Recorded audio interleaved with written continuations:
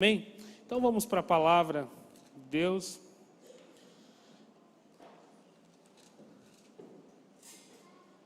Abra a tua Bíblia em Romanos.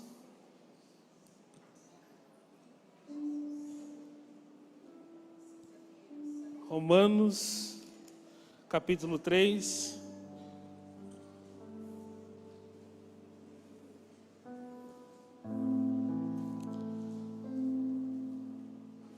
Romanos capítulo 3, versículo 21.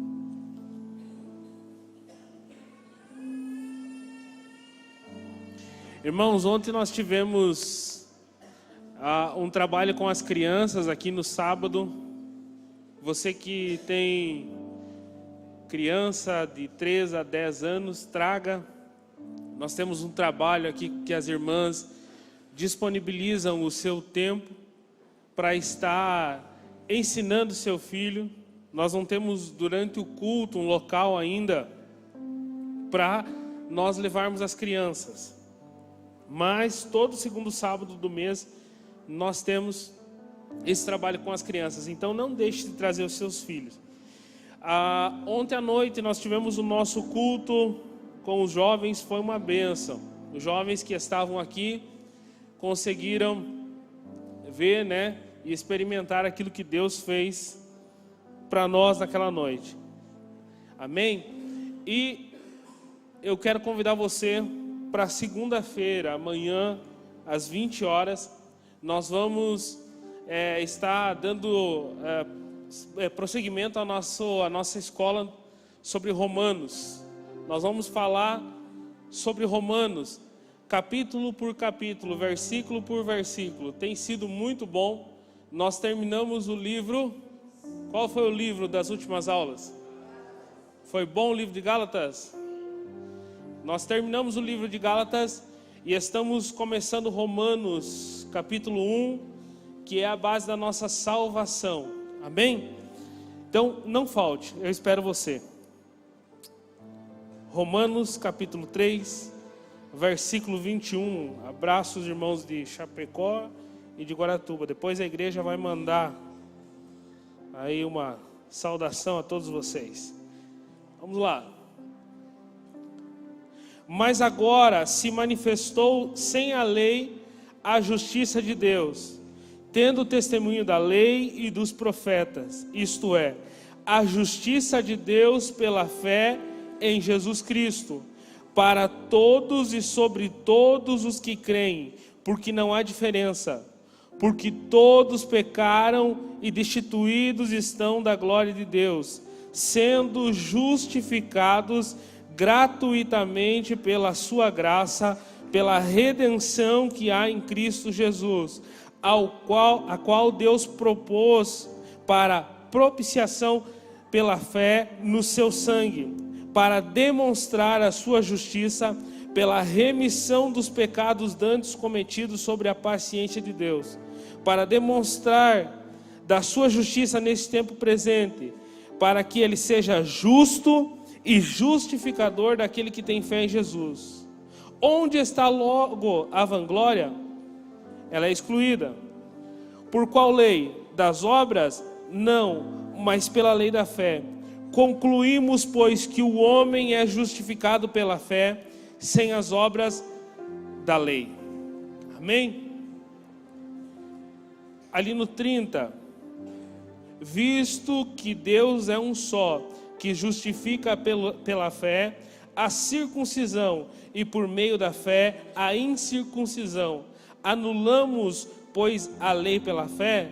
De maneira nenhuma, antes estabelecemos a lei. Olha que interessante, irmãos. Aqui nós vamos ver o apóstolo Paulo explicando qual que é a regra da nossa salvação. Irmãos, eu tenho feito um propósito com Deus e eu quero pregar sempre a graça, que é Jesus. Eu quero pregar essa palavra até os últimos dias da minha vida, porque eu entendi que há uma bênção quando eu ministro sobre isso. Eu creio que o entender como o Senhor nos salvou vai fazer nós entender como o Senhor quer que nós venhamos caminhar. Lembra que há um tempo atrás nós estudamos muito o livro de Gênesis, porque o livro de Gênesis, você entendendo, você consegue entender toda a Bíblia. Então, se eu consigo entender como Cristo me salvou e a posição que Cristo me colocou ao me salvar, eu consigo viver a vida que Cristo quer que eu viva. Então aqui nós vemos o apóstolo Paulo falando sobre justificação, sermos justificados por Deus. E uma das coisas que mais nos tira da presença de Deus é os nossos pensamentos, a nossa consciência de quem nós somos. A consciência de quem nós somos mais nos afasta de Deus do que nos aproxima. Eu falei na escola, se Deus achasse que fosse bom você ter a consciência dos pecados, Ele não falaria o contrário disso. Ele diria, é bom que você tenha consciência de quem você é, olhe para quem você é, e depois que você olhar para quem você é, aí sim você vai se tornar aquilo que eu quero. Mas como eu preguei no último culto, ou foi na ceia, eu não recordo, eu falei sobre as duas naturezas. Nós temos a natureza da carne e a natureza a qual nós nascemos de Deus. A natureza da carne, ao nós olharmos para essa natureza, nós olhamos o quão errado nós somos, o quão falho nós somos e o quanto nós tentamos mudar, e parece que quanto mais tentamos, mais pioramos. Agora, a natureza de Deus, quando nós olhamos para aquilo que Cristo já nos fez, aonde Ele já nos colocou, aonde Ele afirma que nós somos, nós nos tornamos aquilo que nós queremos ser, mas na nossa força nós não conseguimos. Olha que interessante. Quando você tem um filho, você tem uma criança, e essa criança ela está tendo problemas na escola. E quando o pai, isso na psicologia eles dizem, eu não vou usar aqui o que a psicologia diz, eu vou pregar a Bíblia, psicologia com o psicólogo, eu vou dizer o que a Bíblia diz. Mas a psicologia afirma o que a palavra de Deus diz. Que quando você tem um filho que está tendo problema, você não deve declarar para o teu filho que esse teu filho é um problema. Ah, você é isso, você não consegue tirar notas boas porque você tem déficit de atenção, você é uma criança que nunca vai conseguir fazer isso. Você é uma criança que não vai conseguir fazer o que lhe é proposto. Os pais não autoafirmam essa criança. Ao contrário disso, eles jogam os seus defeitos e as qualidades que ele não tem, eles mostram. E o que acontece com essa criança? Essa criança vai se tornar tudo aquilo que ela ouve. Agora, quando uma criança, apesar dos erros e das falhas, ela ouve do seu pai, você consegue. Eu acredito em você, filho. Você é uma das crianças mais inteligentes daquela escola. Teu filho sai pensando, meu pai ficou louco, que ele disse que eu sou um dos mais inteligentes. Ele ouve a primeira vez, talvez ele não acredite. Mas na segunda vez ele ouve, ele diz, eu acho que é verdade isso que o pai está falando. Então se o pai falou que eu sou isso, eu vou escutar o que ele está falando e lá na sala eu vou me comportar mais, porque eu quero ouvir o que a professora está dizendo, para que eu possa ser aquilo que o pai diz que eu sou. Então a criança, ela vai se tornar aquilo que você fala. Nós tivemos um problema um tempo com o João na escola, mas nós nunca afirmamos aquilo que muitas vezes até a professora disse. Nós declarávamos aquilo que nós queríamos ver no nosso filho. E aconteceu. Irmãos, você precisa entender isso. Você precisa entender aquilo que o teu pai pensa ao teu respeito. Não aquilo que você está vivendo. Você não é aquilo que você está vivendo. Você não é aquilo que você está passando. Você é aquilo que o teu pai diz que você é. Mas qual que é o problema, pastor, de olhar para mim, olhar para os meus pecados? É que quando eu olho para mim, para quem eu sou, eu não consigo entender aonde Deus me colocou. Deus disse para mim e para você, que não pela lei, mas sim pela graça, Cristo nos justificou dos nossos pecados. Irmãos, eu preciso que você entenda, e talvez eu estou falando aqui, você não entendeu. Talvez você está pensando ainda que o pastor André está falando que Deus perdoou os teus pecados, apenas perdoou os teus pecados. Não, não foi só isso que Cristo fez.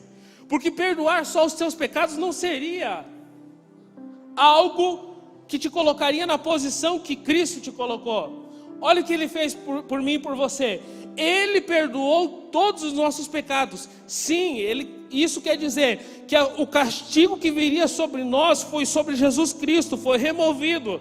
Mas Ele não fez só apenas isso. Ele nos justificou e agora Ele diz que a nossa posição é de justo. E aí quando eu vou orar, o diabo vem e acusa. Como é que você vai pedir isso? Você tem visto como você tem se comportado? Você viu como aquilo que você tem feito? Como que você vai receber isso? E aí você olha e diz, é verdade, como que eu vou receber isso? Não vou nem orar. Por que que nós fazemos isso? Porque ainda nós estamos olhando para nós, tentando nos justificar com aquilo que nós podemos fazer. Mas quando você olha para Cristo, aquele quem justifica você, Ele é justo e justificador, e que te torna justo para você pedir o que você quiser para o seu Pai, e o seu Pai fará na sua vida. Quando eu não entendo aonde Deus me colocou, eu não consigo desfrutar de tudo aquilo que Deus tem para mim, porque eu pareço estar sempre devendo para Deus. É como se Deus não conhecesse quem eu e você de fato somos. E se Deus ficasse escandalizado quando Ele conhecesse, quando você chegar e dizer, Deus, olha, eu faço assim, eu sou assim. Deus ficar escandalizado com o que você está contando, dizendo, está vendo por que eu não te abençoo? É por causa disso que eu não te abençoo. É por causa disso que você não pode viver uma nova vida. Vai lá, conserta isso que você está fazendo errado, volta aqui, prova para mim que você consertou, e aí sim eu vou fazer na sua vida. É assim que Deus trabalha? Olha que interessante. Jesus está vindo com os seus discípulos, como o pastor Isaac ministrou, e ele vai encontrar uma mulher samaritana. E olha como Jesus nos encontra. A forma que Deus se relacionou com essa mulher samaritana é a forma que Ele se relaciona comigo, com você. Jesus chega no poço e diz, dá água de beber, dá um pouco de água. E ela vai começar ali, falar para Jesus, como tu, sendo judeu, vem falar com uma mulher. E vai iniciar toda uma discussão. E aí, Jesus, em um determinado momento, olha para essa mulher e diz assim, vai lá, busca teu marido e vem aqui. E o que ela diz? Ela diz, eu não tenho marido. E Jesus diz, isso você disse com verdade. Tivesses 5 e o que você tem agora não é teu. Aí Jesus diz assim, está assim na tua Bíblia? Me corrija se estiver errado. Aí Jesus olhou para a mulher e disse assim, sabe o que você tem que fazer? Antes de nós continuar nossa conversa aqui, vai lá na casa, resolve o teu problema com esse cara aí que você está tendo os problemas. E depois que você resolveu o problema com esses caras aqui, tu volta aqui. Que aí nós vamos conversar. Eu vou estender o amor sobre você. Ou Jesus ficou assustado quando ela disse que não tinha que ela não tinha marido. Como que não tem marido se você está se relacionando com uma pessoa? Mas Jesus olha para ela, e quando chega para essa mulher, Ele conta toda a vida que essa mulher estava vivendo. Por que Jesus fez isso? Porque Ele precisava mostrar para ela que Ele não ia se relacionar com ela por aquilo que ela fazia. Ele não ia ser aquele quem ia mudar a história dela só porque ela fazia certo. Ele sabia todos os erros, todos os defeitos daquela mulher. E ao se aproximar, ele diz: eu conheço a tua história, eu não vou ficar impressionado com tudo aquilo que você tem para me contar. Eu não vou ficar impressionado com toda a história que você já viveu. Mas escute, você precisa entender aquilo que você é. E por que veio a lei? A lei vem para mostrar quem nós somos. E quando nós olhamos o que nós somos, nós entendemos que carecemos de Cristo. E quando essa mulher chega e ela tem a sua história exposta a Jesus, e ela vê que Jesus continua tratando ela da mesma forma que tratou desde o começo, essa mulher fica assustada, porque até então as pessoas que se relacionavam com ela se relacionavam por aquilo que ela dizia ser, não por aquilo que verdadeiramente ela era. E Jesus, conhecendo quem ela era, parou para conversar com ela. E quando essa mulher disse: eu não tenho marido, ele disse: isso você disse com verdade. E olha o que acontece com essa mulher. Essa mulher não precisa voltar lá atrás para resolver os problemas. Não, quando Jesus chegou na vida dela, Jesus conhecia os problemas, sabia quem ela era. Mas quando ela saiu da presença de Jesus, ela já não era mais a mesma. Sabe o que eu quero que você entenda? É que hoje você está aqui e eu quero te apresentar mais Cristo. Eu quero te apresentar mais a graça, porque quanto mais você olhar para Cristo, quanto mais você se relacionar com Cristo, mais a sua vida será transformada. A mulher samaritana não precisou fazer nada, ela só precisou ter um encontro com Cristo. E quando ela chegou até Cristo, ela saiu transformada. E aí nós lemos aqui: isto é justiça de Deus. O que é a justiça de Deus? Nós erramos, nós falhamos, o Senhor nos perdoou, nos colocou numa posição a qual apenas perdoado não pode chegar, mas justificados pode ter paz com Deus. Sabe qual que era o problema de Jó? O problema de Jó é que ele achava que Deus estava perseguindo ele. Jó achava que se ele não fizesse aquilo que Deus queria, Deus traria consequências duras sobre a vida dele. E hoje nós vemos pessoas que eles entregaram a vida para Jesus, mas eles não conseguem entender o quanto eles foram justificados. Então eles estão a todo momento com medo daquilo que Deus pode fazer. Se eu errar, Deus pode me derrubar de um prédio, Deus pode deixar com que eu venha morrer, ou um caminhão me atropelar. Eles conhecem esse Deus, mas quando eu e você entendemos a posição que Deus nos colocou, que é de justo e justificado, nós não estamos mais com medo de Deus, porque agora nós temos paz com Deus. Irmãos, ter paz com Deus significa que você pode chegar até Deus da forma que você é, porque tem alguém que justifica você. Só que preste atenção, você pode estar pensando: pastor André está falando essa mensagem, as pessoas vão continuar no erro. Todos aqueles que se relacionaram com a graça não saíram a mesma pessoa. A mulher samaritana chegou até Jesus e ela tinha uma fama que talvez era ruim, ou que era ruim. Mas quando essa mulher sai dali, ela sai uma missionária. Quando Jesus vai à casa de Zaqueu, Zaqueu no mesmo momento ele se converte e ele diz: olha, eu dou metade do que eu tenho aos pobres, e se eu defraudei alguém, eu devolvo 4 vezes mais. Ninguém que tem um encontro com Cristo, com a graça de Cristo, sai da mesma forma. Jó se relacionava com Deus por medo. Jó não se relacionava com um Deus que é Pai. Olha que interessante. Vou pegar um exemplo aqui de como Deus nos trata. Pastor, Deus nos corrige? Sim, mas Deus não vai corrigir. Irmãos, eu fico triste quando eu vejo cristãos dizendo assim: está vendo aquela pessoa que está com câncer lá na garganta? A pessoa está com câncer na garganta, que foi Deus que colocou câncer na garganta dessa pessoa. Que Deus está trazendo ela. Irmãos, que Deus é esse que coloca câncer na garganta de uma pessoa. Teve uma história aqui de uma irmã, eu não sei se ela está na igreja hoje também, não pediu autorização para falar, mas ela disse que o pastor, naquele tempo, claro, sem conhecimento, mas eu digo hoje, irmãos, que o pastor ensinava que se estivesse fumando não podia aceitar Jesus.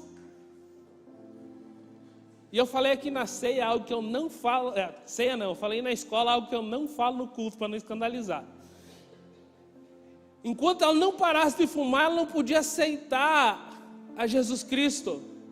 E sabe o que aconteceu com essa mulher? Essa mulher passou a vida inteira indo na igreja, fumando, mas não aceitava Jesus Cristo, porque ela estava fumando. O dia que ela conseguisse se livrar do cigarro, ela aceitava Cristo. Ela estava tentando se justificar com as suas obras. É mais ou menos assim, né? Eu usei o exemplo. O Dr. Norte trabalhava no pronto atendimento. Imagina, te dá lá você se machuca, aí você pensa, eu vou no médico, mas aí você lembra que o Norte está lá não sei, está aqui o Norte? Está lá, o Norte está lá na sala. Aí você pensa assim, da onde que eu vou lá machucado? O que o Norte vai pensar de mim, né? Eu chego lá machucado, eu vou esperar sarada, eu vou lá ver o Norte. Vai para quê no médico? Ou eu vou no UPA, eu vou chegar lá com um problema, eu chego lá, o que vão dizer de mim com esse problema? Se você está doente, você precisa do médico. Quando você não está doente, você não precisa do médico. Olha que interessante. E essa mulher, ela passou a vida inteira fumando. E aí o que aconteceu? No final da sua vida, ela teve, como é que foi o nome? Enfisema pulmonar. E o que as pessoas, e até ela, dentro daquilo que ela pensou? É Deus quem fez isso. É Deus quem colocou essa doença. Não veio por amor, vai vir pela dor. E lá no fim da sua vida, ela aceitou a Jesus porque parou de fumar. Irmãos, não é triste isso? Não sei se isso não é triste para você. Se você não fica triste com isso, eu fico. Há pessoas que estão morrendo, que precisam de Cristo, precisam se relacionar com Cristo. E quando elas se relacionar com Cristo, elas vão largar dos vícios, elas vão largar dos problemas, dos pecados que rodeiam a sua vida, porque elas tiveram um encontro com Cristo, com o Deus amor, o Deus que é Pai. E dentro do entendimento da irmã, ela pensou que foi Deus, e foi Deus quem fez, porque agora eu estou aqui com esse problema. E eu falei na escola, né, e a irmã falou, pastor, eu tenho entendimento agora que eu venho para a escola,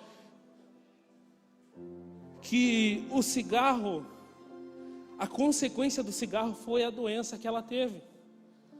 Não foi Deus quem colocou a doença nela. Por que eu quero que você entenda isso? Não se relacione no altar do medo, porque a Bíblia diz que nós fomos justificados com Deus e nós temos paz com Deus. Deus não está irado com você. Pastor, mas a Bíblia diz que Deus disciplina. Disciplina é muito diferente do que enviar uma doença. Irmãos, eu tenho 3 filhos e a Bíblia diz que Deus é pai melhor do que eu. Eu tenho 3 filhos.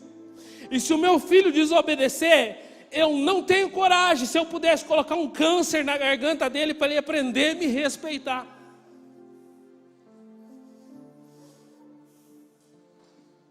Agora, Deus disciplina. Sim. Se eu estou com o meu filho, quer entender a disciplina de Deus? Eu estou com o meu filho, ele está com uma bicicleta. E ele está andando na rua. Indo até na rua. E eu digo, filho, lá é perigoso, um carro pode passar e bater em você. Volta aqui, anda aqui com a bicicleta. E ele insiste, ele vai até a rua. Qual é a consequência disso? Pode acontecer 2 consequências. Quando ele estiver no meio da rua, um carro vir e frear pertinho dele, o coração vai a 1000. E a partir dali ele vai escutar o pai. Não vai acontecer nada com ele. Mas para que isso não aconteça, como que o pai disciplina? Filho, não vá na rua, porque um carro pode bater em você. O que nós pais fazemos? se for preciso, nós quebramos toda a bicicleta para preservar o nosso filho. Nós falamos, eu quebro toda essa bicicleta, você vai deixar de andar com essa bicicleta, mas você não vai morrer lá na rua. Pastor, não entendi. Você precisa entender que Deus é teu pai, Deus ama você, e que aquilo que está rodeando você, para que você venha viver no pecado, Deus não vai tocar em você, mas Ele vai tirar aquilo que está fazendo você cometer os pecados. Como o pai dizia, ele colocou a chavezinha embaixo da TV, e quando ele sai de casa, nós descobrimos, corda do violão atrás, pegava a televisão. E quando ele chegava, ele dizia, vocês ligaram a televisão? Se vocês fizerem isso, vocês ficarem assistindo, eu vou jogar essa televisão pela janela. É mais ou menos isso. Essa é a forma que Deus corrige os seus filhos.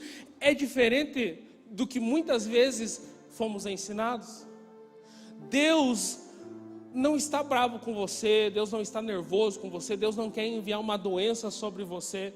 Aliás, quando uma doença vier sobre você, declara aquilo que Cristo diz, que você é perfeito, porque você está em Cristo, assim como o Cordeiro é perfeito, a qual nós vamos participar da ceia. Nós somos perfeitos, declare isso até o último dia da tua vida. Pastor, olha, eu sei de uma pessoa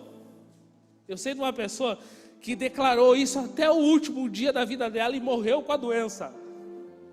E aí, pastor, explica por que morreu. Irmãos, a Bíblia diz assim, que ao entendimento, se nós formos curados da doença, isso será um testemunho muito grande. Agora, se nós morrermos com a doença, olha que a Bíblia diz, que quando nós morremos, nós somos livres do corpo do pecado. Você não entendeu. Se a doença vir sobre a tua vida, declare até o último minuto da sua vida que você está em Cristo, você vai ser curado. E se a doença vier e persistir, pastor, e a pessoa chegar a morrer, essa pessoa morreu e foi livre do corpo que aprisionava ela no pecado.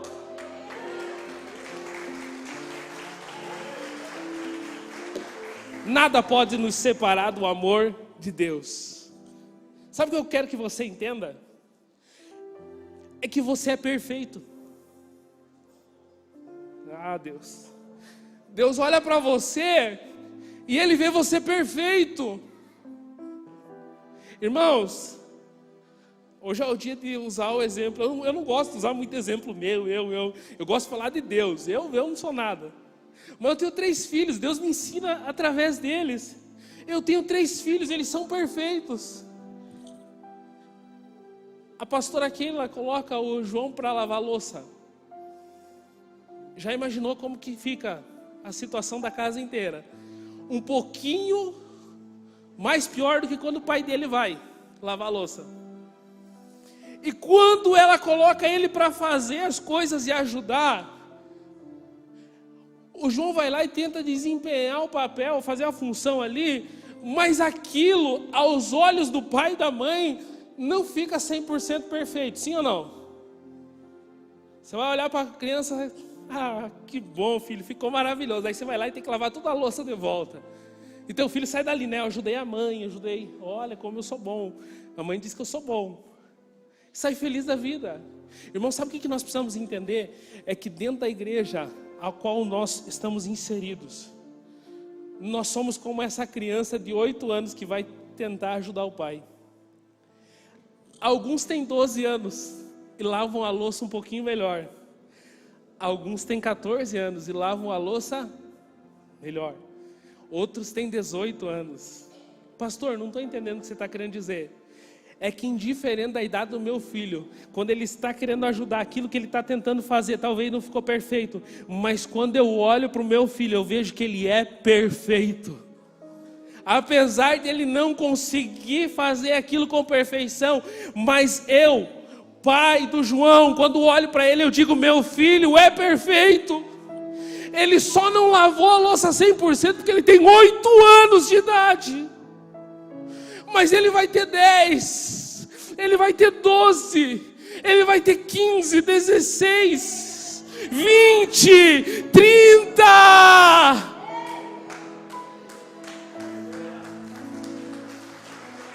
Aleluia. Sabe o que Deus está dizendo para você? É que mesmo com 30 anos você faz coisas ainda que não são perfeitas. Tem pessoas que fazem melhor do que você. Oh Deus! Deus não olha para aquilo que você está fazendo. Quando Deus olha para você, Ele diz: apesar daquilo que você fez, o meu filho é perfeito. Ele está crescendo, ele está crescendo, ele está crescendo. Você está crescendo. Aleluia.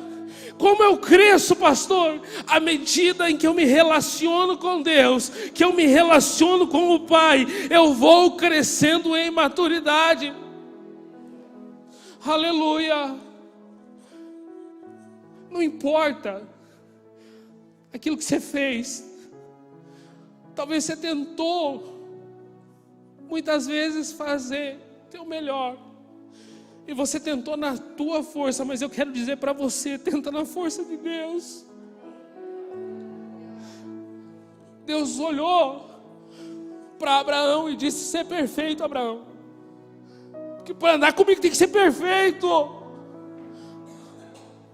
Olhou para Davi e disse que Davi era um homem segundo o coração de Deus. Eu não sei se você conhece a história de Abraão.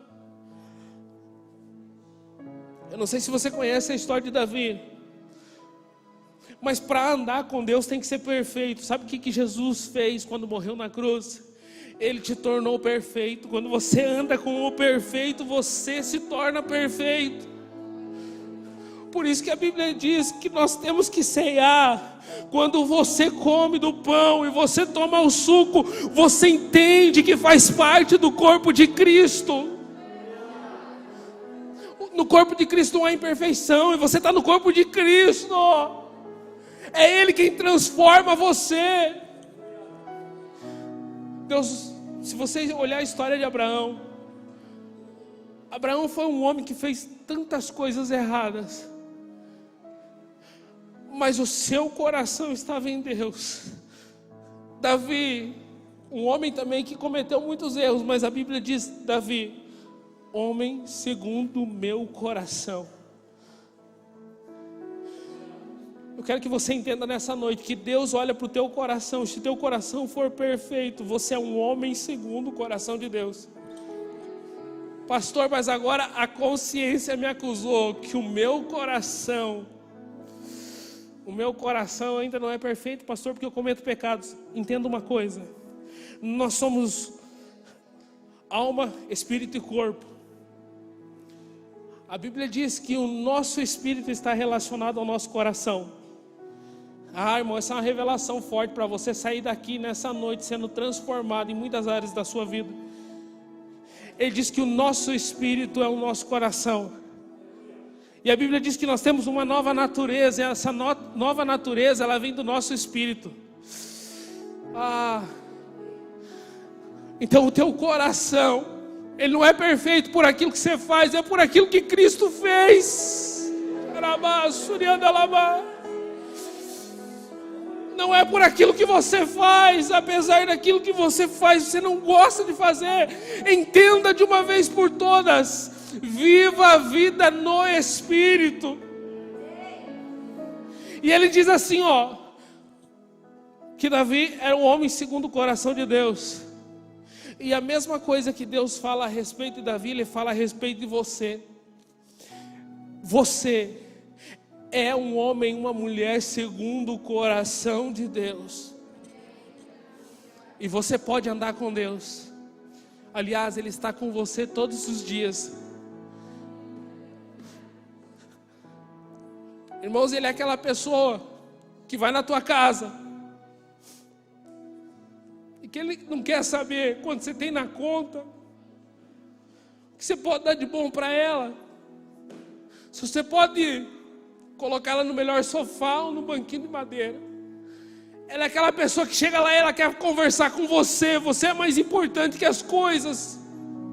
Ele quer conversar com você, Ele quer gastar tempo com você, Ele quer se relacionar com você.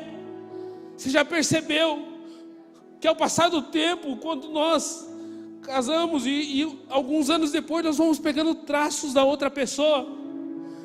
Jesus, o Espírito Santo está dentro de você e Ele quer se relacionar com você.